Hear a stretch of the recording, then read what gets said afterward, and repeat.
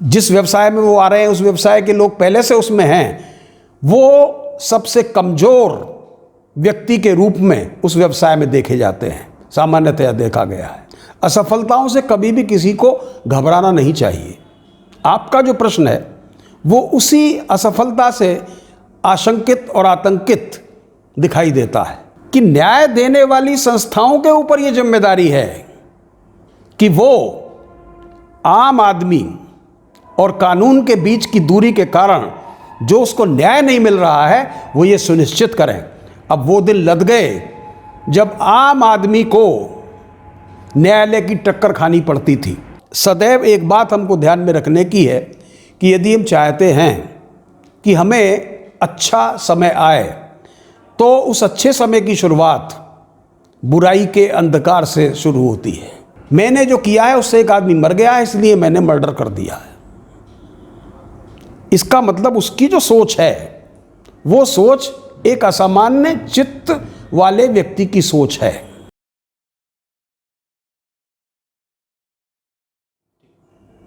नमस्कार दोस्तों, कैसे आप सब लोग। दोस्तों आज हमारे साथ विनोद कुमार श्रोत्री सर हैं जो कि ITM यूनिवर्सिटी में फ़िलहाल डीन हैं और साथ ही director centre of post graduate legal studies और सोशो लीगल रिसर्च, और साथ ही सर ने 7 साल तक वकालत करी है। उसके बाद सर 28 साल तक HOD रह चुके हैं और फिलहाल में डीन तो हैं ही। तो सर का मैं इंटरव्यू लेके आया हूँ आज आपके सामने। बहुत मुश्किल से सर का मुझको टाइम मिल पाया है कि थोड़ी मैं जो क्वेश्चन हैं रिलेटेड जो हर लॉयर या हर एक लॉ स्टूडेंट है जिसके मन में उठता है वो मैं सर से आज डिस्कस करूँगा।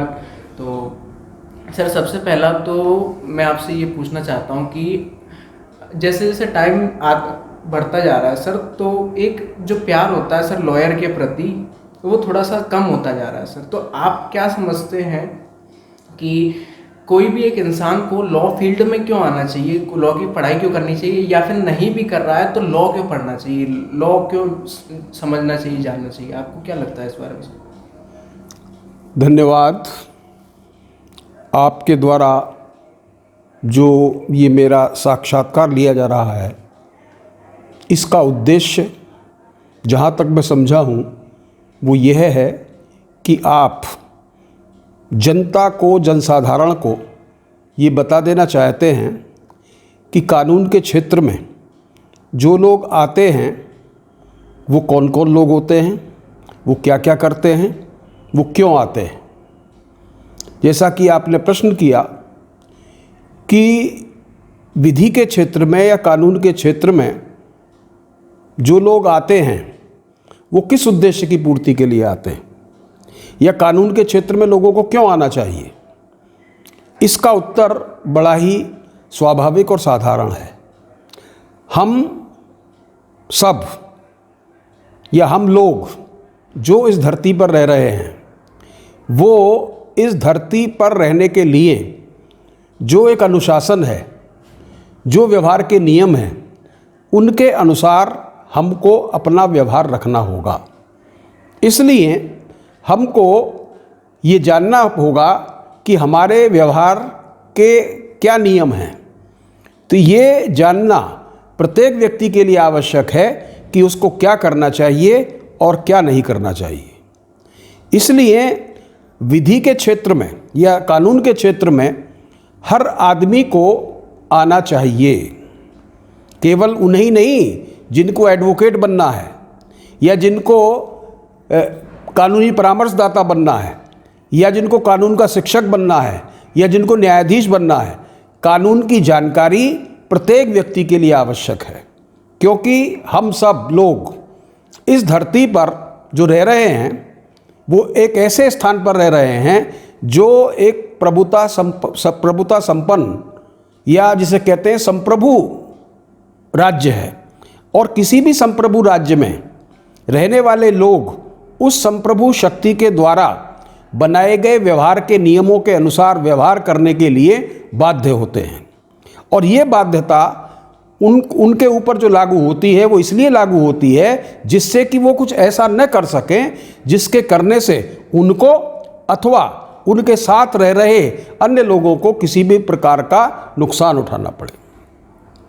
इसलिए कानून की जानकारी हर व्यक्ति के लिए आवश्यक है, चाहे उसको कानून के क्षेत्र में रहकर वकालत करनी हो या न करनी हो, चाहे उसको कानून के क्षेत्र में रहकर न्यायाधीश बनना हो या ना बनना हो, चाहे उसको कानून के क्षेत्र में रहकर कानूनी परामर्शदाता बनना हो या ना बनना हो, क्योंकि हर व्यक्ति को कानून के अनुसार आचरण करना आवश्यक है। कोई भी व्यक्ति ये नहीं कह सकता कि मुझे इसलिए सज़ा नहीं मिलनी चाहिए क्योंकि मैंने तो कानून पढ़ा ही नहीं है। हर वो व्यक्ति जो विधि द्वारा शासित क्षेत्र में रहता है या जहाँ पर विधि का शासन है, उससे ये अपेक्षा की जाती है कि वो विधि के अनुसार या वहाँ पर लागू जो कानून है उनके अनुसार व्यवहार करे, चाहे उसको उन कानूनों की जानकारी हो या ना हो। वो ये नहीं कह सकता कि उसको कानून की जानकारी नहीं है। ये प्रिज्यूम किया जाता है कि उसको उन कानूनों की जानकारी है, लेकिन वास्तविकता क्या है? वास्तविकता इससे बिल्कुल अलग है। वास्तविकता ये है कि जनसाधारण या आम आदमी और कानून के बीच एक दूरी है।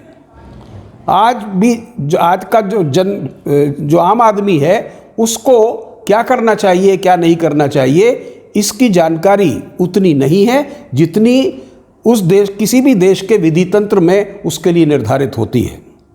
इसलिए ये आवश्यक है कि प्रत्येक व्यक्ति को कानून का ज्ञान हो। इसलिए प्रत्येक व्यक्ति को कानून से संबंधित जानकारी प्राप्त करनी चाहिए।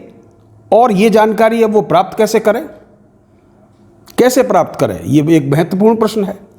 इसके लिए जो विधि शिक्षा है, विधि शिक्षा सबसे महत्वपूर्ण विधि का क्षेत्र है, क्योंकि विधि या कानून के 3 क्षेत्र हैं: विधि शिक्षा, विधि व्यवसाय और न्यायिक प्रशासन। यानी कानून का व्यवसाय जिसमें वकील लोग काम करते हैं, परामर्शदाता काम करते हैं, और कानून की शिक्षा जिसके द्वारा कानून तैयार करता है उन लोगों को जो आगे के आने वाले समय में वकालत करेंगे या न्यायाधीश बनेंगे या विधि के शिक्षक बनेंगे। तो इन तीनों क्षेत्रों में जो लोग कार्य करते हैं उनके ऊपर एक ड्यूटी, एक स्टैट्यूटरी ड्यूटी उस संस्था के द्वारा आरोपित की गई है। उनकी ये ड्यूटी है कि वो इस बात के लिए बाध्य हैं कि जो जानकारी उनको कानून की प्राप्त होती है उस जानकारी को वो अपने तक ही ना रखें, उस जानकारी को वो उन सब लोगों तक पहुंचाएं जिन लोगों के लिए वो जानकारी बनी है। क्योंकि कानून या विधि किसी की बापोती नहीं है। कानून या विधि सर्वत्र व्याप्त है, हर क्रिया में कानून व्याप्त है। हर जो भी क्रिया हम होती हुई देखते हैं उस क्रिया को देखकर हमको उस क्रिया के संपन्न होने के नियमों का पता चलता है। ऐसी स्थिति में हमारे द्वारा जो क्रियाएं की जाती हैं वो भी किन्हीं नियमों पर आधारित होती हैं। यदि वो क्रियाएं उन नियमों के अनुसार होंगी तो हम एक सभ्य और सुशील नागरिक कहलाएंगे। यदि वो क्रियाएं उन नियमों के प्रतिकूल होंगी तो हम एक अवांछनीय और अपराधी तत्व कहलाएंगे। तो इसलिए प्रत्येक व्यक्ति के लिए कानून की जानकारी होना आवश्यक है। और वास्तविकता इससे बिल्कुल अलग है कि आम आदमी और कानून के बीच का बहुत ज़्यादा दूरी है। तो उस दूरी को दूर करने के लिए जो हमारी विधि शिक्षा का जो ढांचा है, जो फ्रेमवर्क ऑफ लीगल एजुकेशन है, उस फ्रेमवर्क ऑफ लीगल एजुकेशन में इस बात को बड़े स्पष्ट तरीके से रखा गया है कि जो लोग कानून के शिक्षण केंद्रों में या सेंटर ऑफ लीगल एजुकेशन में कानून की पढ़ाई करने के लिए आएंगे वो कानून को इस तरह से समझेंगे जिससे कि वो दूसरों को भी उसको समझा सकें। क्योंकि कानून या विधि कोई ऐसी वस्तु नहीं है कि हमने समझ ली और समझने के बाद एग्जामिनेशन में अपनी उत्तर पुस्तिका में लिख ली या आंसर दे दिया, उसके बाद हमें मार्कशीट प्राप्त हो गई और उस मार्कशीट को लेकर हम घूमते फिर रहे हैं। आफ्टर ऑल जो भी नॉलेज हमने प्राप्त की है उस नॉलेज को, उस ज्ञान को हमको कहीं ना कहीं किसी ना किसी समस्या के समाधान के लिए लागू करना है। तो हमको कानून को लागू करना आना चाहिए।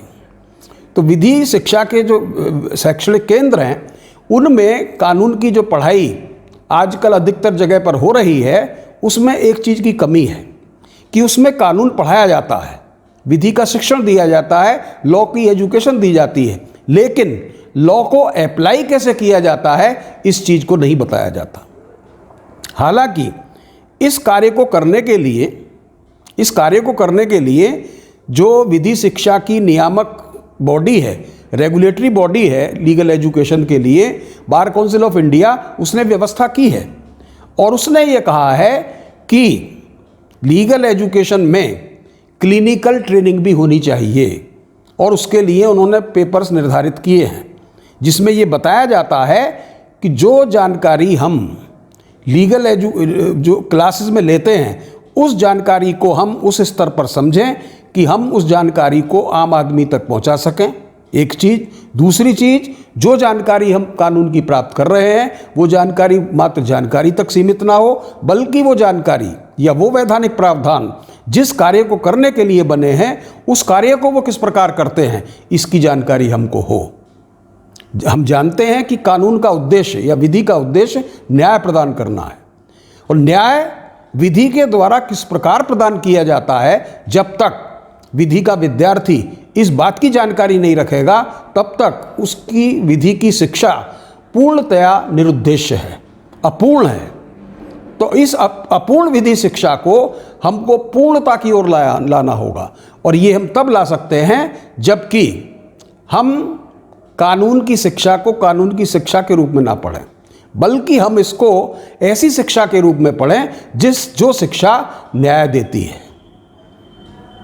हम कानून का वो रूप देखें जो उस समय हमको दिखाई देता है जब वो जस्टिस डिलीवर करता है, जब वो न्याय देता है। इसलिए वर्तमान में ये आवश्यकता बहुत बड़े पैमाने पर महसूस की गई है कि अब कानून की शिक्षा को कानून की शिक्षा के रूप में या लीगल एजुकेशन को लीगल एजुकेशन के रूप में दिए जाने की आवश्यकता नहीं है। अब लीगल एजुकेशन को जस्टिस एजुकेशन के रूप में दिए जाने की आवश्यकता है। ऐसी शिक्षा जिस शिक्षा को प्राप्त कर हम न्याय प्रदान करने में, न्यायिक प्रक्रिया में दक्ष हों। और वो न्यायिक प्रक्रिया में दक्षता केवल न्यायालयों में बैठकर ही नहीं होती है, हर स्थान पर जहाँ कोई असामान्य स्थिति निर्मित हो रही है उस असामान्य स्थिति को सामान्य स्थिति में परिवर्तित करने का प्रयास किया जाना चाहिए। चाहे वो शोषण कहीं पर हो रहा हो, चाहे वो कहीं लोग विधि की अनभिज्ञता के कारण परेशान घूम रहे हों, हर उस जगह जहाँ पर असामान्य परिस्थितियाँ हैं उन परिस्थितियों को सामान्य परिस्थितियों में परिवर्तित करना विधि शिक्षा का उद्देश्य है। जब वो ऐसा करेगी तभी वो वास्तव में जो विधि का उद्देश्य है, जिस उद्देश्य की पूर्ति के लिए पूरी विधि शिक्षा दी गई है, उस उद्देश्य की पूर्ति कर सकेगी। तो इसलिए आपका जो प्रश्न है कि हमको विधि की शिक्षा क्यों प्राप्त करनी चाहिए, मेरे विचार से हमको विधि की शिक्षा इसलिए प्राप्त करनी चाहिए कि उस शिक्षा को प्राप्त कर हम स्वयं अपने कर्तव्यों को जानें और अन्य लोग जो अपने कर्तव्यों से विमुख होकर कर्तव्यहीन आचरण कर रहे हैं, जिसके कारण उनको बर्बादी का सामना करना पड़ता है, जिसके कारण अंततोगत्वा हमारे समाज में विषमताएं पैदा होती हैं, समाज में कुरीतियां पैदा होती हैं, समाज में असामान्यता पैदा होती है, वो असामान्यता को रोका जा सके। इसलिए समाज के प्रत्येक व्यक्ति को जिस समाज में वो रह रहा है उस समाज को सही ढंग से चलाने के लिए जिन व्यवहार के नियमों की आवश्यकता है उन व्यवहार के नियमों का जानकारी होना चाहिए। ये प्रवचन नहीं है या ना ही ऐसा उद्देश्य है जिसको पूरा नहीं किया जा सकता। इसको पूरा भी किया जा सकता है और आपको ये जानकर प्रसन्नता होगी कि इसको पूरा करने के लिए प्रयास हमारा संविधान भी कर रहा है और हमारे वैधानिक प्रावधान भी कर रहे हैं। और वो मात्र किताबों में ही नहीं है बल्कि वो धरती पर भी काम हो रहा है। हमारे देश में जो सर्वोच्च न्यायालय है उसके जो न्यायाधीश, वरिष्ठ न्यायाधीश होते हैं, वो ऐसी संस्था के अध्यक्ष हैं जिसका काम ही ये है कि हम सब बराबर हमारे अधिकार। इस तरह की बातें करना। न्याय सबके लिए है, न्याय किसी की बापोती नहीं है। तो ऐसी ये दो संस्थाएं जो इन बातों को कहती हैं हम सब बराबर, बराबर हमारे अधिकार, न्याय सबके लिए है, access to justice for all, ये जो दो इंपॉर्टेंट इंस्टीट्यूशंस हैं, ये इंपॉर्टेंट इंस्टीट्यूशंस हैं राष्ट्रीय विधिक सेवा प्राधिकरण, national legal service authority of India, और दूसरी है राष्ट्रीय मानव अधिकार आयोग। ये दो ऐसी संस्थाएं हैं जिन संस्थाओं के प्रमुख पद पर सर्वोच्च न्यायालय के न्यायाधीश की रैंक का व्यक्ति होता है, और इनके जो स्टेट लेवल के ऑर्गेनाइजेशंस हैं, स्टेट लीगल सर्विस अथॉरिटी या राज्य विधिक सेवा प्राधिकरण अथवा राज्य मानव अधिकार आयोग, उन पे हाई कोर्ट के न्यायाधीश के रैंक का व्यक्ति उसका प्रमुख होता है। और जिला स्तर पर जो इनकी संस्थाएं हैं, जिला स्तर पर जो इनकी बॉडीज़ हैं, उनमें भी न्यायालय के न्यायपालिका के जो लोग हैं वो प्रमुखता के साथ प्रमुख का कार्य करते हैं। इसका मतलब क्या हुआ कि न्याय देने वाली संस्थाओं के ऊपर ये जिम्मेदारी है कि वो आम आदमी और कानून के बीच की दूरी के कारण जो उसको न्याय नहीं मिल रहा है वो ये सुनिश्चित करें। अब वो दिन लद गए जब आम आदमी को न्यायालय की टक्कर खानी पड़ती थी। अब ये व्यवस्था पूरी तरह से लागू कर दी गई है कि न्याय को आम आदमी के दरवाजे पर पहुंचना होगा। Justice must reach at the door steps of the poor, और वो पहुंच रहा है। मुझे बड़ी खुशी है वो पहुंच रहा है। विधिक साक्षरता शिविरों के माध्यम से, ग्राम न्यायालयों के माध्यम से वो पहुंच रहा है। ऐसा नहीं है कि नहीं पहुंच रहा। हर उस स्थान पर जहां पर एक प्राथमिक स्वास्थ्य केंद्र होता है, उस स्थान पर एक लीगल एड क्लिनिक की स्थापना की व्यवस्था की गई है। और इन सब संस्थाओं में कार्य करने के लिए जो मैन पावर चाहिए, उसके प्रशिक्षण की व्यवस्था भी राष्ट्रीय विधिक सेवा प्राधिकरण करता है। और वो व्यवस्था क्या है? वो व्यवस्था ये है कि वो पैरालीगल वर्कर्स तैयार करता है। और पैरालीगल वर्कर्स कहाँ तैयार होते हैं? हर विधि महाविद्यालय से जो उसमें अध्ययनरत छात्र हैं, उनको उस ट्रेनिंग के लिए भेजा जाता है। वो उस महाविद्यालय अथवा विधि शिक्षा केंद्र में कार्यरत लीगल एड क्लिनिक के माध्यम से जिला स्थित जो केंद्र है, होता है हर जिले में पैरालीगल ट्रेनिंग का, उसके लिए ट्रेनिंग के लिए भेजे जाते हैं। तथा साथ ही राष्ट्रीय मानव अधिकार आयोग विधि के विद्यार्थियों को प्रशिक्षु के रूप में 20-20 दिन और 15-15 दिन की ट्रेनिंग देता है। तो हम ये नहीं कह सकते कि कुछ नहीं हो रहा है।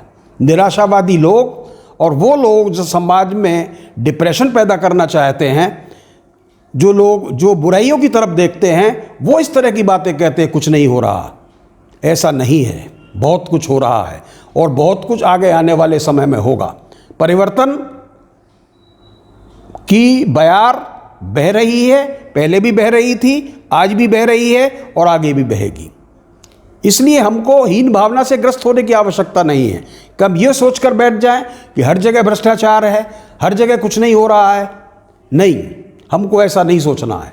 हमको अपने तंत्र में, जिस तंत्र में हम कार्य कर रहे हैं, जिस विधि तंत्र में हम कार्य कर रहे हैं, उसमें जो सकारात्मक बातें हैं, उन सकारात्मक बातों को स्वयं को जानना है और अधिक से अधिक लोगों तक उन बातों की जानकारी को पहुंचाना है। और ये सुनिश्चित करना है कि उस जानकारी से वो लाभान्वित हो रहे हैं या नहीं हैं। आज आम आदमी की स्थिति क्या है? यदि आप देखें, उसकी स्थिति ठीक ऐसी है कि उसकी जेब में 500-500 रुपए के 2 नोट पड़े हुए हैं और वो 1-1-2 रुपए के लिए भीख मांग रहा है। उसको पता ही नहीं है कि उसकी जेब में 500-500 रुपए के 2 नोट पड़े हुए हैं। यानी उसको यही पता ही नहीं है कि उसके अधिकार क्या है, उसको ये पता नहीं है उसके कर्तव्य क्या है। इन अधिकार और कर्तव्यों की अज्ञानता के कारण वो महादुर्गति का शिकार है। इस महादुर्गति से उसको बाहर निकालना प्रत्येक देश की संप्रभु शक्ति, जिसको हम राज्य कहते हैं, उसका प्राथमिक कर्तव्य है। और क्योंकि राज्य जो अस्तित्व में आता है वो विधि के उद्देश्य की पूर्ति के लिए अस्तित्व में आता है। राज्य विधि की पूर्ति के लिए अस्तित्व में आता है। विधि के उद्देश्य क्या है? न्याय। न्याय का मतलब अधिक से अधिक लोगों की अधिक से अधिक प्रसन्नता, यही कानून का उद्देश्य है। तो इस उद्देश्य की पूर्ति के लिए हम लोग एक ऐसी व्यवस्था निर्मित करते हैं जिस व्यवस्था में हमारी भलाई के लिए एक ऐसी शक्ति सृजित करते हैं जो शक्ति हमें हमारी भलाई के लिए आदेश देगी। और उन आदेशों को हम इसलिए स्वीकार करेंगे कि वो शक्ति हमने ही बनाई है, हमारे द्वारा बनाई गई है, हमारी ही वो शक्ति है। वो शक्ति हमको आदेश दे रही है, किस लिए? हमारी भलाई के लिए। इसलिए उसके प्रति ग्राह्यता होना अत्यंत आवश्यक है। और ऐसी जो राज्य नाम की संस्था कार्य करती है, वो संस्था एक सभ्य और सुसंस्कृत समाज को जन्म देती है। तो आपने जो ये प्रश्न पूछा कि विधि की जानकारी एक हर व्यक्ति के लिए क्यों आवश्यक है और हर व्यक्ति को क्यों उस क्षेत्र में आना चाहिए, तो मेरे विचार से ये जो बातें आपके सामने उस समुद्र के कुछ बूंदों के रूप में प्रस्तुत की गई, जो आपके प्रश्न का उत्तर है। सर, एक और मेरा सवाल था, जैसे कि मैं खुद हूँ और मेरे जैसे कई सारे ऐसे लोग होंगे, बच्चे होंगे जो जिनका लीगल बैकग्राउंड नहीं है, कोई मतलब ना मम्मी है ना पापा है ना कोई भी ऐसा कोई फैमिली मेम्बर है जो कि वकील हो या लॉ से रिलेटेड जज हो या कोई भी हो। लेकिन मुझको सर लिटिगेशन में जाना है, मतलब कि वकालत शुरू करनी, फर्स्ट जनरेशन लॉयर, तो उनके लिए आप क्या बोलना चाहेंगे? कैसे शुरू कर सकते हैं कि क्या, क्योंकि समझ सकते हैं सर। इस संबंध में मैं एक ही बात आपके साथ साझा करना चाहूँगा, एक ही बात बताना चाहूँगा कि यदि जीवन में आपको अच्छा समय देखना है, सफलता प्राप्त करनी है, और सफलता भी कैसी, जो आपको सफलता के उच्चतम शिखर पर पहुंचाने वाली है, तो आपको उसकी शुरुआत असफलता से करनी होगी। क्योंकि असफलताएं जीवन का सौंदर्य है। असफलताओं से कभी भी किसी को घबराना नहीं चाहिए। आपका जो प्रश्न है वो उसी असफलता से आशंकित और आतंकित दिखाई देता है कि एक ऐसा व्यक्ति जिसके घर में वो चीज़ नहीं है जो वो करना चाहता है, यानी उसकी प्रोफेशनल बैकग्राउंड नहीं है, वो डॉक्टर बनना चाहता है, उसके परिवार में कोई डॉक्टर नहीं हुआ, उसके ना माता पिता डॉक्टर हैं ना और कोई डॉक्टर है। वो एडवोकेट बनना चाहता है, उसके परिवार में कोई एडवोकेट नहीं हुआ। क्योंकि ऐसे परिवार, जिन परिवारों में इस तरह की पृष्ठभूमि होती है कि जिस व्यवसाय में वो आगे आने वाले हैं उस व्यवसाय में पहले से लोग काम कर रहे होते हैं, तो उनको उस व्यवसाय को अपनाने में सुविधा रहती है, आसानी रहती है, उनको आराम मिलता है, उनको कम परिश्रम करना पड़ता है, उनकी सफलता के उसमें ज़्यादा मौके हैं, ऐसा सामान्यतः सोचा जाता है। और लेकिन वस्तुस्थिति क्या है कि ऐसे लोग जो ऐसी बैकग्राउंड से आते हैं, जिस बैकग्राउंड में ऐसा कुछ नहीं है कि मान लीजिए वो वकालत के व्यवसाय में आ रहे हैं और वकालत के व्यवसाय में आने के लिए उनका कोई ऐसा व्यक्ति उनके पीछे नहीं है, ऐसी पृष्ठभूमि नहीं है कि जिसमें कानून के लोग रहे हों या कानून से संबंधित लोग रहे हों या विधि व्यवसायी लोग रहे हों, तो ऐसे लोगों को इस क्षेत्र में आने के लिए बिल्कुल भी घबराने की आवश्यकता नहीं है। क्योंकि जितना परिश्रम वो करेंगे उतना ही परिश्रम का फल उनको प्राप्त होगा। और सदैव एक बात हमको ध्यान में रखने की है कि यदि हम चाहते हैं कि हमें अच्छा समय आए, तो उस अच्छे समय की शुरुआत बुराई के अंधकार से शुरू होती है। पहले हमारे सामने बहुत ज़्यादा असफलताएं आएंगी, बहुत ज़्यादा परेशानियां आएंगी। असफलताओं और परेशानियों को पार करके ही हम उस स्थान पर पहुंचने के लिए तैयार होंगे जिस स्थान पर हमको पहुंचना है। और किसी भी व्यक्ति के जीवन में जितनी असफलताएं आती हैं उतना ही वो मजबूत होता है, उतना ही वो उसको ये समझना चाहिए कि वो ऐसे स्थान पर बैठने के लिए तैयार हो रहा है जिस स्थान पर उतनी असफलताओं का विरोध झेलने वाला जो सशक्त व्यक्ति है वो बैठ सकता है। ये बात हमको अच्छी तरह ध्यान में रखनी चाहिए। यदि आपको किसी भी कार्य को करने में तुरंत सफलता मिल जाती है तो वो क्या है? वो वास्तव में आपके अस्तित्व पर एक प्रश्न चिन्ह है। वो वास्तव में उस परमपिता परमात्मा का अपमान है जिसने आपको यहाँ अकूत शक्ति के साथ भेजा है। तो जितनी शक्ति का प्रगटीकरण आपके व्यक्तित्व से होता है, ये समझ लीजिए कि उतना ही उस परमपिता परमात्मा की इच्छा की पूर्ति होती है। क्योंकि परमपिता परमात्मा ने या प्रकृति ने, जिसने हमको आपको बनाया है, इस प्रकृति प्रदत्त वसुंधरा पर भेजा है, उसने किसी उद्देश्य से भेजा है और उस उद्देश्य की पूर्ति के लिए अकूत शक्ति आपके और हमारे अंदर भर दी है। उस शक्ति को जितना आप परिश्रम करेंगे, जितना आप संघर्ष करेंगे, उतनी ही वो शक्ति बाहर आएगी। जितना आप कम परिश्रम करेंगे, जल्दी आप सफलताएं प्राप्त करेंगे, शॉर्टकट से काम करना चाहेंगे, उतनी ही वो शक्ति बेकार हो जाएगी। आप सोचिए कि आपने कोई चीज़ ऐसी तैयार की है जो 150 हॉर्स पावर की है और उससे आप काम ले रहे हैं 5 हॉर्स पावर का, तो आपको ये पता ही नहीं चल पाएगा कि इसमें 150 हॉर्स पावर है।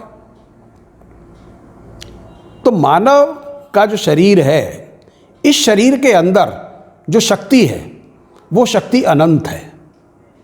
तो उस अनंत शक्ति का उपयोग यदि हम नहीं कर पाए, यदि हमें करने का अवसर नहीं मिला, तो ये वास्तव में उसका अपमान होगा जिसने उस अनंत शक्ति को देकर हमको यहाँ पर भेजा है। इसलिए हमको कभी भी इस बात से घबराने की आवश्यकता नहीं है कि हम जिस व्यवसाय में आ रहे हैं उस व्यवसाय में हमारा कोई फोर फादर नहीं है, हमारा कोई पूर्वज नहीं है, हमारी कोई पारिवारिक पृष्ठभूमि नहीं है। ऐसे लोग जिनके परिवार में ऐसे लोग होते हैं, जिस व्यवसाय में वो आ रहे हैं उस व्यवसाय के लोग पहले से उसमें हैं, वो सबसे कमजोर व्यक्ति के रूप में उस व्यवसाय में देखे जाते हैं। सामान्यतया देखा गया है अक्सर वो लोग उस स्थान पर नहीं पहुंच पाते जिस स्थान पर वो व्यक्ति पहुंचता है जो बिना किसी बैकग्राउंड के आया है। मेरी ये बात सुनकर आपको आश्चर्य होगा, आप ये कहेंगे कि ये तो बात उल्टी सी लग रही है हमको। यदि आज आप देखें तो आप ये पाएंगे कि विधि व्यवसाय में जो उच्चतम पद हैं या जो टॉप मोस्ट लॉयर्स हैं, उनकी यदि आप हिस्ट्री पढ़ें या किसी भी क्षेत्र में जो टॉप पर जो लोग हैं, विलक्षण प्रतिभाशाली जो लोग आपको दिखाई दे रहे हैं, वो लोग हैं जिन्होंने संघर्ष किया है, जिन्होंने इतना संघर्ष किया है कि उनको सहारा देने वाला कोई उनका माता पिता या परिवार का सदस्य नहीं था। उन्होंने स्वयं अपने दम पर संघर्ष किया है, वो ही टॉप पर पहुंचे हैं। किसी भी बड़े आदमी को आप उठाकर देख लें और यदि आप देखेंगे ऐसी कुछ क्षेत्र मिल जाएंगे, विधि के क्षेत्र में भी वो लोग मिल सकते हैं जिनका क्या होता है कि उनके जीवन का प्रारंभ ही टिकटिकी लगाकर होता है कि जब काम शुरू किया तो अमुक सपोर्ट था, उसके बाद अमुक सपोर्ट से अमुक पद प्राप्त कर गए, अमुक सपोर्ट से अमुक पद प्राप्त कर गए और अल्टीमेटली उनका जो जीवन है वो बिना सहारे के कहीं भी दिखाई नहीं देता।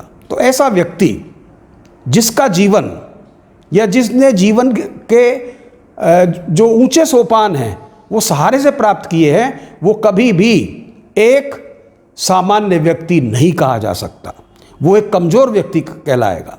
तो इसलिए वो लोग, वो हमारे नए बच्चे या विद्यार्थी जो ये सोचते हैं कि हमको विधि व्यवसाय में इसलिए नहीं, हमारा कोई स्कोप नहीं है कि हमारी कोई पारिवारिक पृष्ठभूमि नहीं है।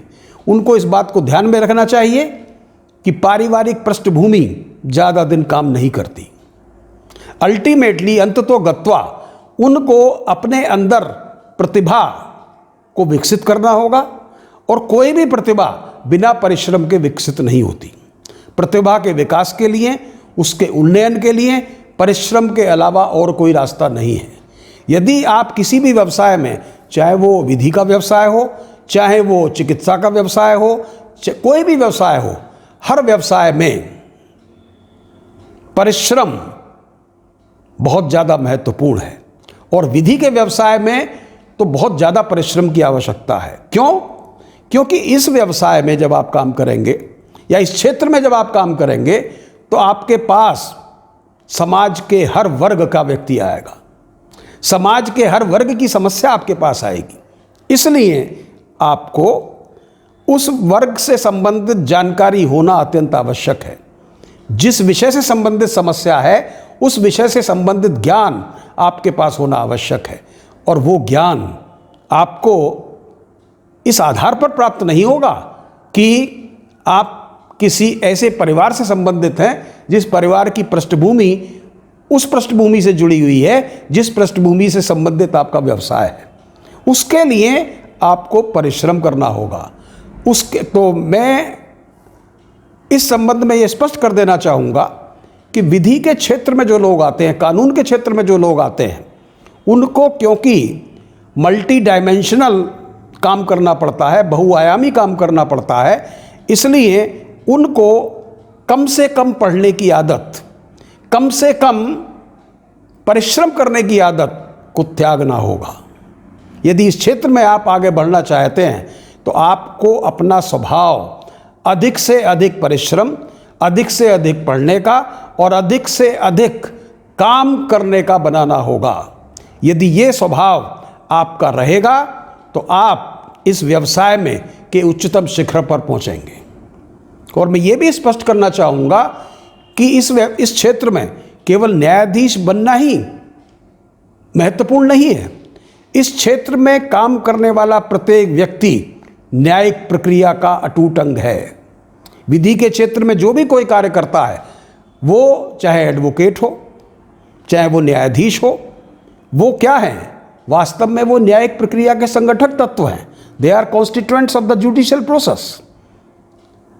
वन इज रिप्रेजेंटिंग एक एडवोकेट ए को रिप्रेजेंट करता है, दूसरा एडवोकेट बी को रिप्रेजेंट करता है, और तीसरा एडवोकेट ये रिप्रेजेंट करता है कि इनमें से कौन सही है।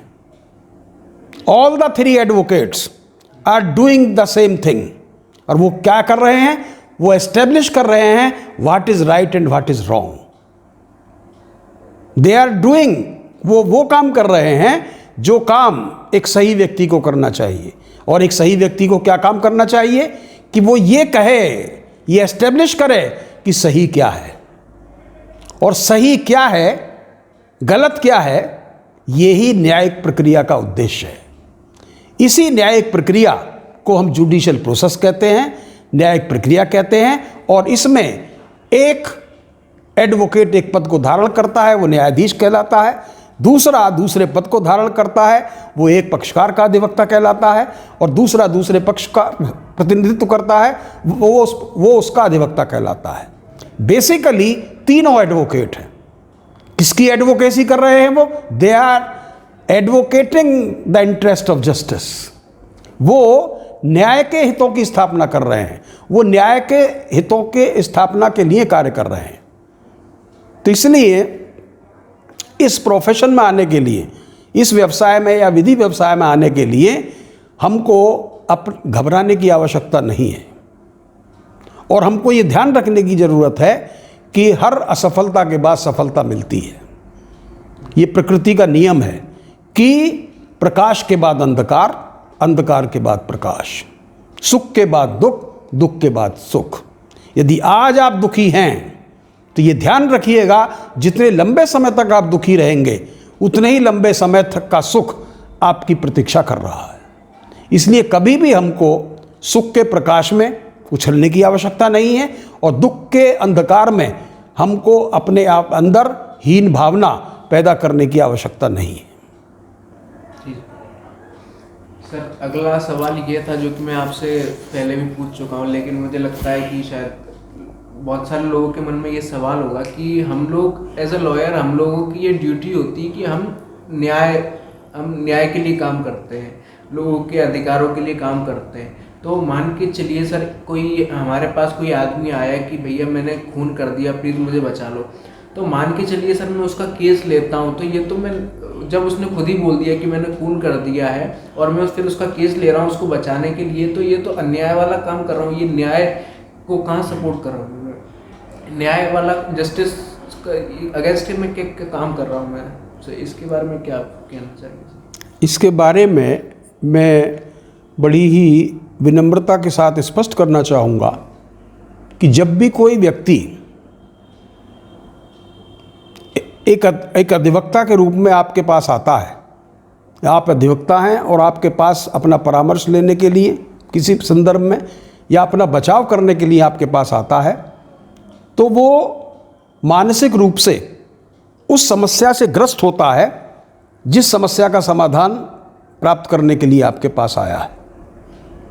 और ऐसा व्यक्ति जिसका जिक्र भी आपने किया कि उसने किसी व्यक्ति को मार दिया है, तो ऐसे व्यक्ति की तो मानसिक स्थिति और ज़्यादा असामान्य हो जाती है। और तीसरी चीज़ इसमें मैं बताऊं कि एक एडवोकेट के पास जब कोई व्यक्ति आता है तो एडवोकेट का काम उसके पक्ष को उस स्थान पर रखना है जहां उसके पक्ष को रखा जाना चाहिए। यानी रखा जाना चाहिए से तात्पर्य कि जहां ऐसे मामलों में पक्ष को सुनकर न्याय किया जाता है। इसका मतलब क्या हुआ कि एडवोकेट या अधिवक्ता न्याय करने वाला व्यक्ति नहीं है। वो ये डिसाइड नहीं करता कि क्या सही है क्या गलत है। यदि कोई व्यक्ति आया है, वो ये कह रहा है कि मैंने हत्या की है, तो ये डिसाइड करने वाला वो व्यक्ति भी नहीं है कि उसने हत्या की है नहीं की है।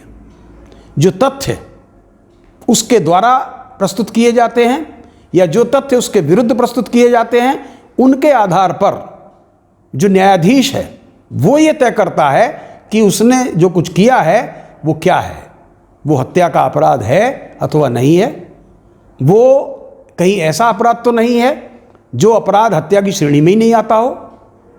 क्योंकि वो व्यक्ति जो ऐसी मानसिक स्थिति से निकल कर आया है, वो ये नहीं जानता कि यदि इंडियन पीनल कोड की धारा 76 से लेकर 106 तक के जो प्रोविजंस हैं, यानी जो अपवाद जनरल एक्सेप्शंस हैं, उनमें क्या क्या चीज़ आती है, उसको ये जानकारी नहीं है। वो सीधा ये समझता है कि मैंने जो किया है उससे एक आदमी मर गया है, इसलिए मैंने मर्डर कर दिया है। इसका मतलब उसकी जो सोच है वो सोच एक असामान्य चित्त वाले व्यक्ति की सोच है। इसलिए ऐसा कोई व्यक्ति जो असामान्य चित्त का है, उसके बारे में ये नहीं कहा जा सकता कि वो जो कुछ समझ रहा है वो ठीक समझ रहा है। क्योंकि कानून में, विधि के प्रावधानों में असामान्य चित्त के व्यक्ति या मैन ऑफ अनसाउंड माइंड या मेंटल डिसऑर्डर को एक्सप्लेन करते हुए ये बताया गया है कि ऐसा व्यक्ति जो उसके द्वारा किए गए कृत्यों का उसके हितों पर क्या प्रभाव पड़ता है, इसका अनुपातिक आकलन करने में असमर्थ हो, वो व्यक्ति मानसिक रूप से विकृत व्यक्तियों की श्रेणी में अथवा अनसाउंड माइंड की कैटेगरी में आता है। और ऐसे व्यक्ति का कोई ओपिनियन कोई मायने नहीं रखता। तो एक तो उसकी मानसिक स्थिति सामान्य नहीं है, दूसरी चीज आप न्यायाधीश नहीं हैं। एक एडवोकेट के रूप में आप न्यायाधीश नहीं हैं, ना ही आप वो हैं जिसने उस घटना को, जिस घटना का वो वर्णन कर रहा है, उस घटना को घटित होते हुए देखा है। इसलिए आप कभी भी उस मामले में निर्णायक हो ही नहीं सकते। आप ये नहीं कह सकते कि इसके द्वारा जो कुछ किया गया है वो हत्या है, और ऐसा हत्या करने वाले व्यक्ति को आप अपराधी समझकर उसका प्रकरण को ना लें, उसको परामर्श ना दें या उसका मामला न्यायालय में प्रस्तुत ना करें, ये उचित नहीं है, ये सर्वथा अनुचित है। क्योंकि यू आर नॉट जज, you are advocate. It is your duty to represent your client. ये आपका कर्तव्य है कि आप अपने क्लाइंट या अपने मुवक्किल के पक्ष को उस स्थान पर रखें जिस स्थान पर न्याय होना है। आप न्याय करने वाले नहीं हैं, आप न्यायिक प्रक्रिया के एक अंग हैं। इसलिए आपको ये समझना कि साहब इसने ऐसा गलत कोई काम किया है तो मैं इसकी वकालत क्यों करूं, मैं इसका वकील क्यों बनूं, तो ये उचित नहीं होगा। Advocate of a party is not जज, he is simply a person who is representing his party before the adjudicating body और बिफोर कोर्ट ऑफ लॉ। इसलिए इस मामले में परेशान होने की ज़रूरत ही नहीं है। आपको एक एडवोकेट के रूप में गिल्टी कॉन्शियस होने की ज़रूरत नहीं है। आपका काम, जो भी पक्षकार आपके सामने आता है उसके पक्ष को इस तरह से रखना है जिससे कि उस पर जो आरोप लगे हैं उन आरोपों से वो मुक्त हो जाए। आपका काम ये भी बिल्कुल नहीं है कि जो उसकी निगेटिव बातें हैं जो उसने बता दी हैं उनकी जानकारी आप न्यायालय को दें। आपका कर्तव्य है, आपका ये पावन कर्तव्य है, आपका ये वैधानिक कर्तव्य है कि आपको आपके पक्षकार के हितों का संरक्षण करना है। उसके हितों के प्रतिकूल बातें बताना दूसरे पक्षकार का काम है, आपका नहीं। यदि आपको कुछ पता भी है तो आपको वो चीज़ें नहीं बतानी है, और यदि आप ऐसा करते हैं तो आप उस पक्षकार के साथ अन्याय करेंगे और साथ ही आप अपने कर्तव्यों का भी पालन नहीं करेंगे। जो कर्तव्य आपको बार काउंसिल ऑफ इंडिया के द्वारा जो प्रोफेशनल कंडक्ट के रूल्स बनाए गए हैं उनमें आपके निर्धारित किए गए हैं। क्योंकि बार काउंसिल ऑफ इंडिया के द्वारा जो विधि व्यवसाय से संबंधित नियम बनाए गए हैं, व्यावसायिक नैतिकता से संबंधित नियम बनाए गए हैं, उनमें इस चीज़ को प्रमुखता के साथ बताया गया है। Duty to render legal aid and duty to represent the party in such a manner so that his interest may not be adversely affected. यानी उस पक्षकार जिसको आप पक्ष रख रहे हैं, आपको उसके पक्ष को इस तरह से प्रस्तुत नहीं करना है न्यायालय में जिससे कि उसके हितों पर प्रतिकूल प्रभाव पड़े, बल्कि आपको उसके पक्ष को इस प्रकार से रखना है जिससे कि उसके हितों का संरक्षण हो। ठीक है सर। तो सबसे पहले तो सर का बहुत बहुत थैंक यू करूँगा मैं कि सर ने टाइम निकाल के आज इंटरव्यू दिया मुझको, और सर बहुत बहुत thank you sir. Okay, that's all. Thank you sir.